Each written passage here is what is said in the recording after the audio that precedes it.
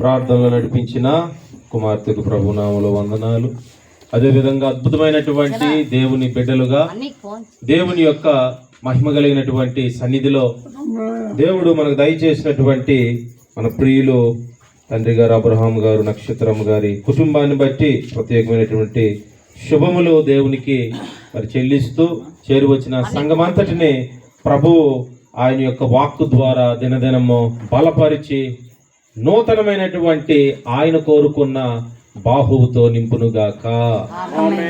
ప్రియ సంగమ, దేవుడు మన జీవితాల్లో చేసిన చాలా అద్భుతమైన శ్రేష్టమైనటువంటి కార్యాలను బట్టి మనము నిత్యము కూడా స్తుతించుచు ఘనపరచుచు ఆయనను నిత్యము మనము సేవించే గొప్ప సందడి కలిగినటువంటి కుటుంబముగా, ఆయన పిల్లలుగా ఈ రీతిగా ఆయనను ప్రతి క్షణము కూడా జేజేలతో స్తుతులతో ఏదో మనకి భౌతికమైనటువంటి లోక సంబంధమైనటువంటి ఆ యొక్క ఆర్భాటంతో కాకుండా ఈ ఆత్మ సంబంధమైనటువంటి ఆర్భాటంతో ప్రభువు నడిపిస్తున్నందుకు దేవునికి స్తోత్రం.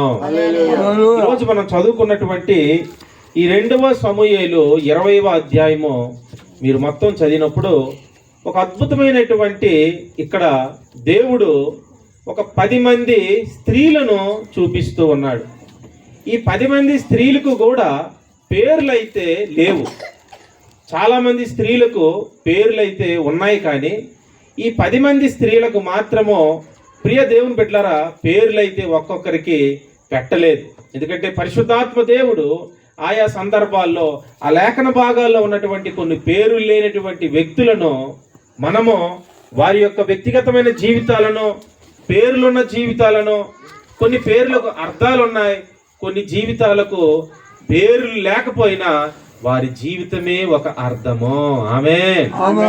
ఇదేంటండి, వారికి పేరు లేదు కానీ ఏంటి వారి జీవితాల్లో ఉన్న అర్థం అంటే దేవుడి కొరకు వారు అర్పించుకున్నటువంటి త్యాగాలు, దేవుని కొరకు జీవించిన జీవితాలు, అవి ఎప్పటికైనా సరే పేరు కంటే వారి చేసే క్రియలు అనేటువంటి పేర్లు మాత్రము అవి హృదయాల్లో ముద్ర ఉంటాయి, అవి జీవితాల్లో సువాసనగా ఉంటాయి. అవి దేవుడు ఎప్పుడు కూడా సంతోషముగా ఆ వ్యక్తులను బట్టి దేవుడు ఆనందిస్తూ ఉంటాడు. హల్లెలూయా. ప్రియ సంగమా, ఇక్కడ దావీదు అనేటువంటి మహారాజు గారు ఉన్నారు. అయితే ఈరోజు దావీదు కోసం నేను మాట్లాడట్లేదు, కానీ దావీదు కోట, ఆ కోటకి ఒక 10 మంది స్త్రీలను పెట్టాడు. ఇదేంటి, చాలా మంది మనం చూస్తే పెద్ద పెద్ద గృహాలకు ధనవంతులు గోర్ఖా కానీ, లేకపోతే వాచ్మెన్ కానీ, లేకపోతే సెక్యూరిటీ అనేటువంటి వారికి ఉన్న స్థాయిని బట్టి ధనమును పెట్టి వారికి అనేకమైనటువంటి వ్యక్తులను, కొంతమంది కత్తులు ఉంటాయి, కొంతమంది దగ్గర లాఠీలు ఉంటాయి, కొంతమంది దగ్గర ఇంకా పెద్ద పెద్ద ధనవంతులు అయితే గన్నులు కూడా లైసెన్స్ ద్వారా ఈ విధంగా కావాలనేటువంటి వారు కాస్తూ ఉంటారు. హల్లెలూయా. ప్రియ దేవుని బిడ్డలారా, వీళ్ళ దగ్గర అయితే కత్తులు లేవు, లాఠీలు లేవు, గన్ అయితే లేవు, బాంబులు అయితే లేవు, కానీ వీరి దగ్గర ఉన్నటువంటిది ఏంటంటే వారు ప్రభువు కొరకు కావలి కాసేటువంటి గొప్ప త్యాగశీలులు. ఆమేన్. ఈరోజు దేవుడు మనతో మాట్లాడే అంశం ఏంటంటే కావలి కాయవారు ప్రభువుకి అవసరము. చెప్పండి అందరూ, కావలి కాయవారు ప్రభువుకి అవసరము. ఈరోజు ఆ కావలి కాసేటువంటి దేవుని బిడ్డలు ఇక్కడ ఉన్నారు. స్తోత్రం చెప్దాం. హల్లెలూయా. ప్రియ సంగమా, ఎంత అద్భుతమైనటువంటి దినాలంటే అవి. అప్పటికే ఎందుకండి మీరు అక్కడ ఉంటారు, అసలు ఏముంది అక్కడ, ఏ మాత్రం కూడా దావీదు దగ్గర సంతోషం లేదు, దావీదు మీకు ఏం మేలు చేస్తాడు, దావీదు మీకు ఏ ఉపకారం చేస్తాడు, అక్కడి నుంచి ఆ ఊరిని విడిచిపెట్టి అందరూ వచ్చేయండి, నేను చూపిస్తాను ఒక మంచి మార్గం, నన్ను ఎన్నుకోండి, నేను మీకు రాజుగా ఉంటానని. ప్రియ దేవుని బిడ్డలారా, అక్కడ మొదటి వచనంలో మనకు కనిపిస్తుంది 20వ అధ్యాయంలో, బెన్యామీనీయుడగు బిక్రీ కుమారుడైన షాబాయను పనికి మాలిన వాడు అక్కడ ఉన్నాడట. వాడికి పేరే దేవుడు ఏం పెట్టాడు, పనికి మాలిన వాడు. కానీ వీడేమో అక్కడ ఉన్న వారందరినీ ఏమి రేపుతూ ఉన్నాడంటే అంటున్నాడు, దావీదు నందు మనకు భాగము లేదు, యెష్షాయి కుమారుని యందు మనకు స్వాస్యము ఎంత మాత్రము లేదు. ఇశ్రాయేలు వారులారా, చూడండి దండోరేస్తున్నాడు, ఇశ్రాయేలు వారులారా మీరందరూ మీ మీ గుడారములకు పొండని బాకా ఊది ప్రకటన మరీ చేశాడటండి. బాకా ఊదాడు. ఎంత మరి చూడండి, డబ్బులు ఖర్చు పెట్టి ఈ యొక్క ఫేక్ న్యూస్ అన్నమాట, తప్పుడు ప్రచారము చాలా వేగంగా పనిచేస్తుందట. మంచి ప్రచారము, బాబు ఇదిగో శుభవార్త అంటే ఆ వార్త వినట్లేదు, కానీ దుర్వార్తలు మాత్రము, వ్యర్థమైన వార్తలు మాత్రము, అపవాది అపవిత్రతలోకి, అంధకారంలోకి తీసుకెళ్లే వార్తలు, మోసపూరితమైన వార్తలకే చాలా వేగంగా అందరూ కూడా నమ్మేస్తూ ఉన్నారు. ప్రియ దేవుని సంగమా, ఈరోజు మనమైతే లోక సంబంధమైన వార్తల వైపు మన మనస్సులు త్రిప్పక, లోక సంబంధమైనటువంటి ఉద్దేశాల వైపు మన జీవితాన్ని అప్పగించక, మంచు పడుతున్నా చలైతున్నా దేవుని వాక్యం వినాలనేటువంటి గొప్ప వాత్సల్య హృదయముతో ఆయన సముఖంలో కూర్చున్నారు. చూసారా, మిమ్మల్ని బట్టి పరలోకంలో గొప్ప మహిమ దేవునికి కలుగుచే ఉన్నది. స్తోత్రం, హల్లెలూయా. ప్రియ దేవుని సంగమా, ఎక్కడైతే నా ప్రజలు నా స్వరాన్ని వింటూ ఉన్నారో నేను అక్కడికి వెళ్ళి చెవి ఎగ్గి ఉన్నాను. ఎక్కడైతే ఆయన పిల్లలు ఆయన కొరకు దేవుని సంగమా ఆయన మనస్సు కలిగి ఉంటారో అక్కడే ఆయన సంచరించడానికి ఇష్టపడతాడు. నిజంగా కాలువలు అక్కడ ఉన్నప్పటికీ, రోడ్డు మీద అయినప్పటికీ ఇవేవి మనం చూడకుండా ఆయన సన్నిధి ఎక్కడ ఉన్నది, అది ఎక్కడైతే అవ్వని పందులు కాసేటువంటి ఆ సన్నివేశమో చిన్న కుమారుడు మనకు ఊహిస్తాం. రాజకోటలో ఉన్నప్పుడు ఆయనకి ఏమో మంచి ఆలోచన రాలేదు, కానీ ఎక్కడ ఆలోచనలు వచ్చాయట, పందులు కాసే పొట్టు అది తాగడానికి వెళ్తున్నాడు. ఇంకా అది తాగి ఆకలి తీర్చుకునే ఆ భయంకరమైనటువంటి పరిస్థితి. అప్పుడు మంచి ఆలోచనలు వస్తున్నాయి. ఏమని, నా తండ్రి ఎంట అనేక పనివారు ఉన్నారు, తండ్రి నీకును పరలోకానికి విరోధముగా నేను పాపం చేశానని నేను వెళ్ళి ఆ మాట చెప్తానని ఏమనుకున్నాడట, మనసులో అనుకున్నాడట. చప్పట్లు కూడా సోదరులు చెల్లిద్దాం దేవుని బిడ్డలారా, హల్లెలూయా. ఈరోజు బాహ్యమైనటువంటి స్థలాల కోసం మనము ఇక్కడ ఉన్నటువంటి పరిస్థితులు మనం ఏవి చూడట్లేదు, కానీ ఆయన స్వరం వైపు మన మనసు పెట్టాం, ఆయన వాక్యం వైపు మన మనసు పెట్టాం. ఆయన ఏం మాట్లాడి మనల్ని బలపరుస్తాడా, ఆయన ఏం మనలకు ఆ వాక్యము ద్వారా మనల్ని ఉద్దేశిస్తాడని ఆయన వైపు ఎప్పుడైతే మనం చూసామో, దూరం నుండి తండ్రి ఏం చేశాడంటే, కుమారుడు వస్తూ ఉంటుండగా పరుగున తండ్రే వెళ్ళాడనమాట. ఒక విధంగా ఏమైనా కుమారుడే గాని వెళ్ళినా ఆ గేట్ దగ్గర ఉన్నటువంటి కావలి కాయవారు, నువ్వు మా చిన్న కుమారుడువా, నువ్వు మా చిన్నయ్య గారువా, ఎవడరా బాబు నువ్వు, అసలు ఈ గడ్డాలేంటి, ఈ జుట్టేంటి, ఈ వాలకం ఏంటి, వస్త్రాలేంటి, పో ఇక్కడి నుంచి అనే ఘోరమైనటువంటి అవమానము కలిగి ఉండేదేమో. కానీ తండ్రి కుమారుడు ఎప్పుడు వస్తాడో, ఎప్పుడు మళ్లించబడతాడో, ఎప్పుడు నా దగ్గరికి వస్తాడని కుమారుడు కోసము, కుమార్తె కోసము జీవం కలిగిన దేవుడు ఎదురు చూస్తూ ఉన్నాడు. ఈరోజు కావలి కాసేవారు ప్రభువు కావాలి. ఆ కావలి కాయవారు ఎవరో గోర్ఖా కాదు, ఎవరో వాచ్మ్యాన్ కాదు, ఎవరో గన్నలు పట్టుకున్నవారు, లాఠీలు పట్టుకున్నవారు, ఏవేవో పట్టుకున్న పరికరాలు కలిగిన వారు కాదు, కానీ ఆత్మలో ఒక భారం కలిగి ఉన్నావు. చూసావా, నువ్వే ఆయనకి కావాలి. ఆమేన్. నీవు లేకుండా ఆయన ఉండలేడు, నీవు రాకుండా ఆయన ఏమాత్రము కూడా సంతోషించలేడు. తండ్రి కూడా కుమారుడు వస్తాడని మేడ మీద నుంచి ఎన్ని సంవత్సరాల నుంచి వస్తున్నాడు, ఎంతకాలం నుంచి ఎదురు చూస్తూ ఉన్నాడు. తప్పకుండా వస్తాడని అయితే తండ్రికి మాత్రమే తెలుసు. ఆమేన్. మన పక్కింటి వారికి తెలియదు, నీ స్నేహితులకు తెలియదు, నీ తోటి ఎంత ప్రాణప్రియులైనప్పటికీ నువ్వు ఏ స్థితిలో పడిపోతూ ఉన్నావో, వెనక్కి వెళ్ళిపోతూ ఉన్నావా, అలాగే చెప్తారండి, వాళ్ళు అలాగే ఉంటారండి. వారు ఎప్పటికీ దేవుణ్ణి మరలా తెలుసుకోలేరు. గతంలో అయితే బాగా ఆరాధించాడండి, బాగా దేవుణ్ణి మహింపరిచాడు. ఇప్పుడు చూసావా ఏమైపోయిందో, జీవితమేమో భయంకరమైనటువంటి అట్టర్ ఫ్లాప్ అయిపోయి పరిస్థితుల్లోకి వెళ్ళిపోయింది. ఇంకా రాలేడని మనుష్యులు అనుకుంటున్నా అవన్నీ తారుమారు చేసే జీవం కలిగిన దేవుడు మన మధ్య ఉన్నాడు. ఆమేన్.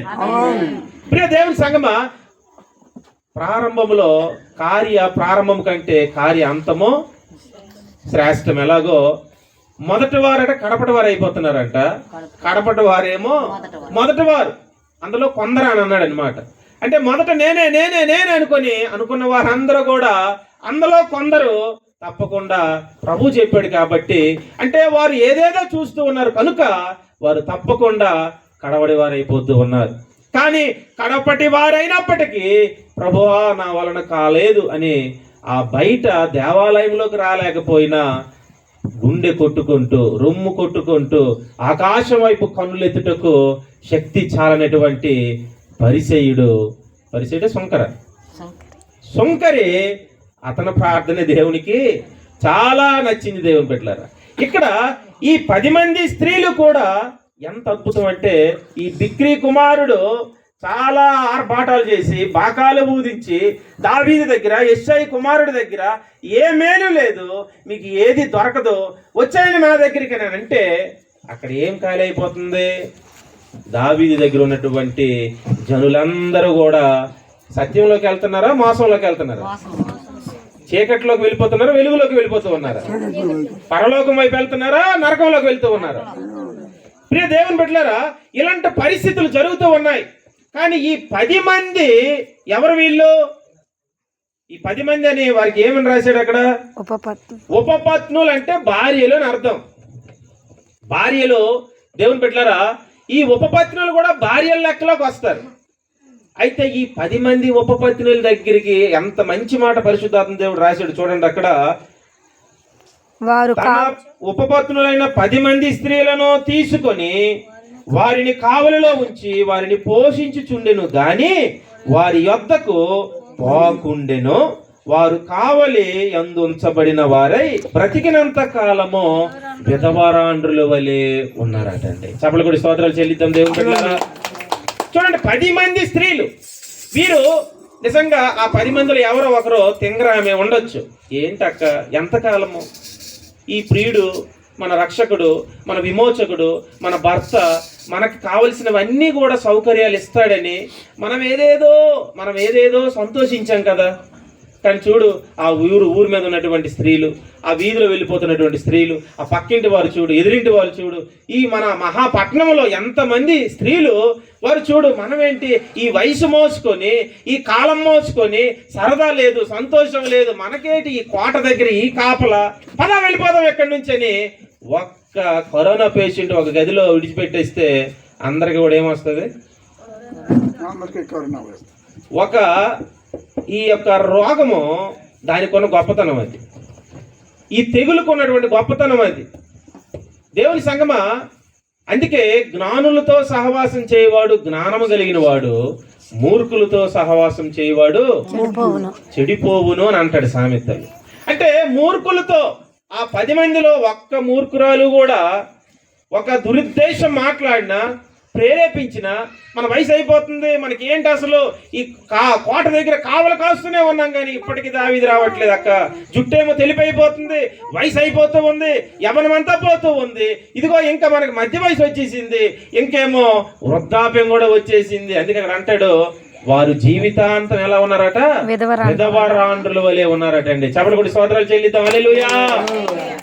ఆ ఊర్లో ఎన్ని బాకానాదాలు వినబడుతున్నా, వచ్చేయండి మా వైపు, వచ్చేయండి మా బ్యాచ్ వైపు, వచ్చేయండి మాలో కలిసిపోండి అని ఎన్ని కేకలు పెట్టినా ఈ 10 మంది స్త్రీలు మాత్రము, అక్కడ ఉన్న 10 మంది కూడా ఉన్నారు కదా. ఎవరో 10 మంది? 25వ అధ్యాయం మత్తయి సువార్తలో మనకు కనిపిస్తారు. కానీ ఈ ఇక్కడ 2 బ్యాచ్లు అయిపోయి, ఒకరేమో బుద్ధి కలిగిన కన్యకలు, మరొకరేమో బుద్ధి లేని కన్యకలు. అంటే మిగిలిన 5 మాత్రము చక్కగా చూడండి, 5 2 విభజన కనిపిస్తూ ఉంది. కానీ ఇక్కడ వారికి మించినటువంటి వారు, మరలా వీళ్ళకి ఏ బిరుదులు లేవు, కన్యకలనేటువంటి బిరుదు, వాళ్ళకేమో వారి బుడ్డిలో నూనె అనేటువంటి గొప్ప మాట, వారేమో దేవుని బిడ్డలారా దివిటీలు పట్టుకొని ఉన్నారు. చాలా బాగా వివరిస్తూ ఉన్నాడు అక్కడ పరిశుద్ధాత్మ దేవుడు. వీరికైతే ఏ వివరణ లేదు, ఆ కోటను మాత్రము కాసుకొని ఉన్నారు. దేవుని బిడ్డలారా చూడండి, 130వ కీర్తన 6వ వచనం, అక్కడ అద్భుతమైన కావలి కాసేవారు ఉన్నారు. చదవండి 2 సార్లు అంటాడు. 130వ కీర్తన 6వ చరణం చూడండి. కావలి వారు ఉదయం కొరకు కనిపెట్టుట కంటే ఎక్కువగా నా ప్రాణము ప్రభువు కొరకు కనిపెట్టుచున్నది. దేవుని సంగమ 2 సార్లు చెప్తూ ఉన్నాడు ఆ వచనంలో. కావలి వారు ఉదయం కొరకు కనిపెడుతూ ఉన్నారంట. నిజానికి కావలి కాసే వారికి ఉన్న ఆ యొక్క ఉదయం ఎంత వేగంగా అవుతుందా, రాత్రి అంతా కాసి ఆ కాపలా ఉండి ఇటు నుంచి ఏ దొంగలు వస్తారో, ఇటు నుంచి ఏం జరుగుతుందో ప్రాణాలు పణంగా పెట్టి ఆ ఇల్లు అయితేనేమి, ఆ కోట అయితేనేమి, ఆ బట్టల షాప్ అయితేనేమి, ఆ యొక్క బంగారం షాప్ అయితేనేమి, ఏదైతే అవని కాక, కానీ కావలి కాసేవారు మాత్రము వారేమో ఉదయం కొరకట చాలా ఆశతో ఎదురు చూస్తున్నారు. అమ్మా ఉదయం అయిపోయింది నాయన, తెల్లవారు అయిపోతుంది, ఇంకా మేము డ్యూటీ దిగిపోవచ్చు. ఈరోజు ఉదయం అంటే ఏ ఉదయమో?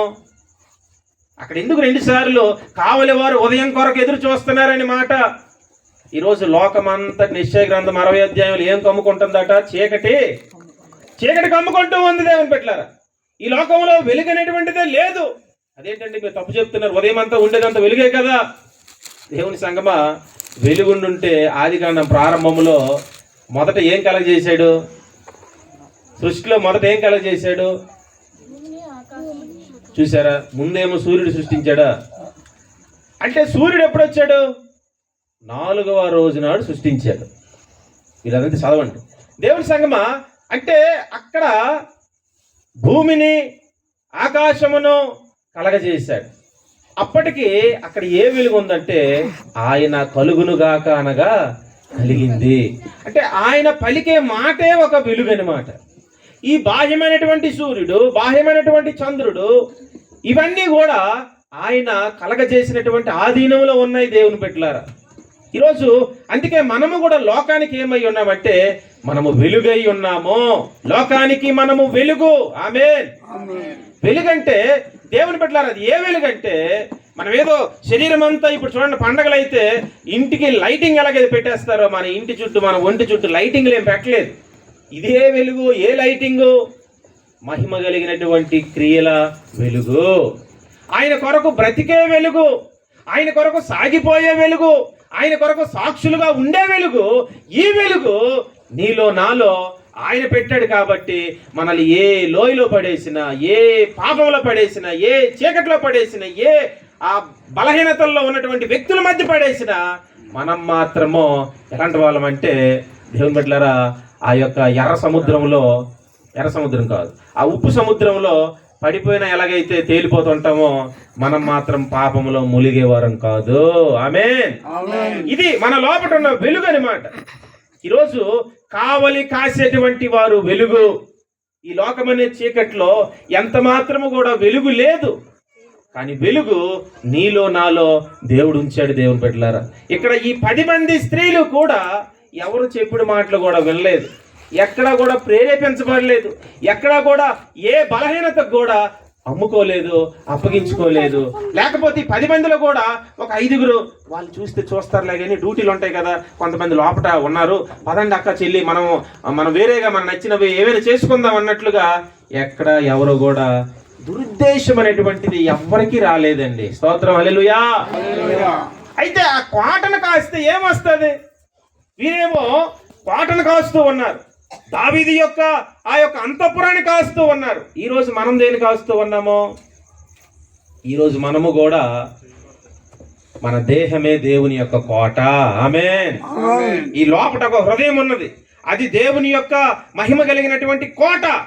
ఈ కోటలో ఆయన ఆత్మ ఉన్నది కాబట్టి ఆ ఆత్మకు దేవుని బిడ్డలారా, నిన్ను నన్ను నిత్యము కూడా ఏ పాపము వెళ్లకుండా, ఏ చీకటి ప్రవేశించకుండా కావలి కాస్తూ ఉన్నాము. ఆమేన్. ఎందుకంటే మనము కాయకపోతే నిజమైనటువంటి కావలి కాసేవారు మనమే. దేవుని బిడ్డలారా, సంఘాన్ని కాసేవారము మనమే.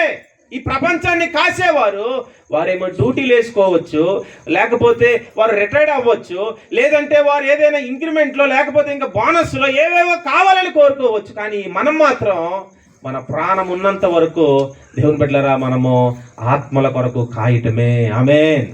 ఈరోజు ఈ సంఘాన్ని కాసేవారిగా విక్రీ కుమారుడు రకరకాల ప్రేరేపణలు కలిగించాడు. ఈరోజు మనల్ని కూడా మహిమ కలిగిన సంఘాన్ని కాయనివ్వకుండా, మన దేహం అనే దేవుని అంతఃపురాన్ని కాయనివ్వకుండా అనేకమైనటువంటి దొంగల గుహగా చేయటానికి, అపవిత్రత గృహముగా చేయటానికి, పాపపు నిలయాలుగా మార్చటానికి వాడు కూడా కాస్తూనే ఉన్నాడు. ఎప్పుడైనా వచ్చేస్తుంది, ఎప్పటికైనా వచ్చేస్తాడు, ఎలాగైనా సరే నా వైపు మళ్ళించేస్తానని వాడు కూడా కాస్తూ ఉన్నాడు. దేవుని బిడ్డలారా, చూడండి అక్కడ 12వ అధ్యాయం 43 వచ్చిన మత్తయి సువార్త అక్కడ చూడండి ఒకసారి.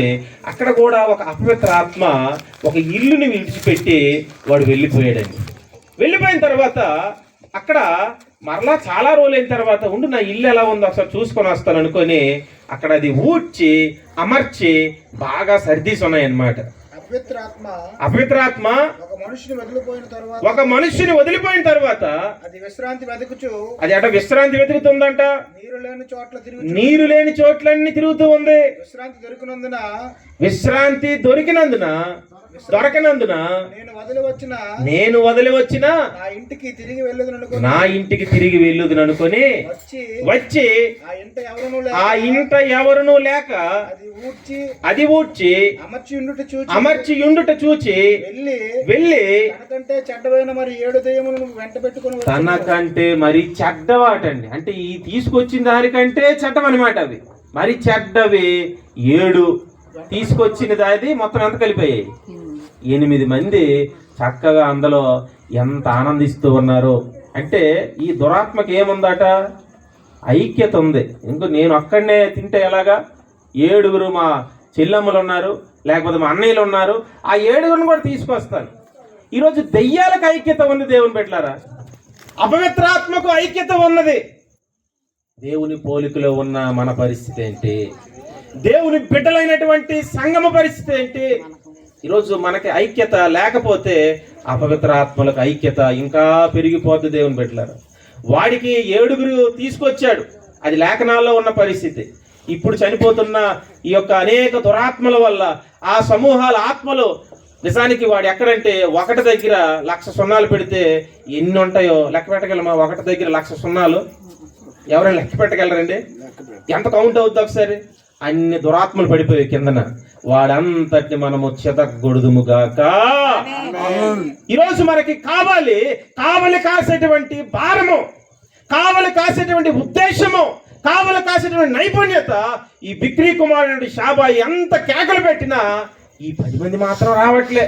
ఆడబిడ్డలు వీరు దావీదు వారిని ముట్టకపోయినా, వారిని తాకకపోయినా, వారితో సంసారం కాపురం చేయకపోయినా, మాకు ఇవి ఏవి లేకపోయినా రాజా పర్వాలేదు, నీ కోట దగ్గరే మేము ఇలాగే చనిపోతాం నాయన, ఇదే కావలి కాస్తాము. ఆమేన్. ఈరోజు అట్టి కృప, అట్టి భాగ్యము ఆయన సంఘాన్ని కాసే సంఘముగా, బిడ్డలుగా, సభ్యులుగా సదాకాలం ప్రభు మనల్ని నడిపించి వర్ధిల్లింపచేయునుగాక.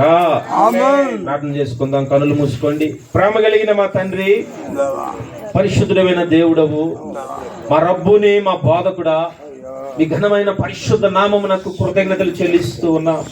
ఇదిగో నా ప్రభువా, దేశములో నా దేవా, ఇదిగో రక్షణ నాయనా, ఈ విలువైన రక్షణ ఎన్నో కోట్ల ప్రజలు ఉంటుండగా మీ బలమైనటువంటి శ్రేష్టమైన ఈ రక్షణ మాకు దయచేసి, ఈ రక్షణ శృంగాలుగా, ఈ ధ్వనులుగా మేమే బాకానాదులుగా మారాలి.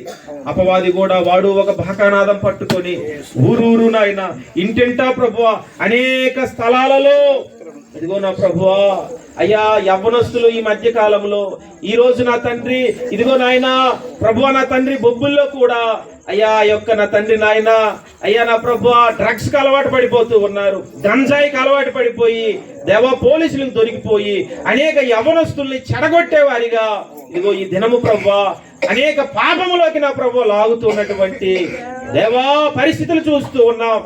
ఆయన సంఘములో కూడా నా ప్రభువా ఇంకా మేము ఎంత మెలకువతో ఉండాలి, ఎంతనైనా జాగరములు చేయాలి, ఎంతనైనా ఆసక్తిని కనపరచాలి, ఎంత కన్నీరు కార్చాలి, ఎంత ఉపవాసాలు ఉండాలి, ఎంత నా ప్రభువా మీ సన్నిధిలో గోచాడే వారిగా ఉండాలి.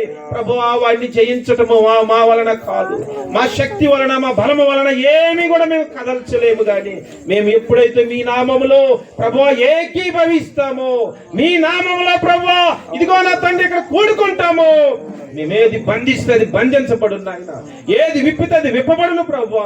అట్టి కృప నా తండ్రి మా ప్రియులు ఇదిగో నా తండ్రి సంఘానికి, సార్వత్రిక సంఘానికి మీరు అనుగ్రహించమని ప్రార్థన చేస్తూ ఉన్నాం. తండ్రి గారు అబ్రహాం గారు మీరు ఇంకా బలపరచండి నాయన, మీ శక్తితో నింపండి ప్రభువా. ఇదిగో నీ దాసుల నక్షత్రమును కూడా వారి యొక్క దేవా దర్శనాన్ని ఇంకా మీరు రూఢిపరచమని ప్రార్థన చేస్తూ ఉన్నాను. మీరు ప్రేమించినటువంటి నాయన 3 కుమారుల కొరకు ప్రార్థన చేస్తూ ఉన్నాను. ఈ ఆత్మను ప్రభువా విడుదల చేయండి. వచ్చిన సంఘం అంతటిని ప్రభు దినదినము మీరు మండించండి. ఇదిగో రేపు పరిశుద్ధ ఆదివారము ఉదయకాలం మరలా మేము ప్రభు ఆత్మతో సత్యంతో మిమ్మల్ని సేవించినట్లుగా మమ్మల్ని ముందుకు నడిపించమని, ఈ రాత్రి మీ కృపతో మమ్మల్ని నింపమని, అద్భుతీయుడు త్వరలో రాబోతున్న నజరేయుడైన యేసుక్రీస్తు పరిశుద్ధమైన నామములో స్తుతించి ప్రార్థించి వేడుకుంటున్నాము తండ్రి.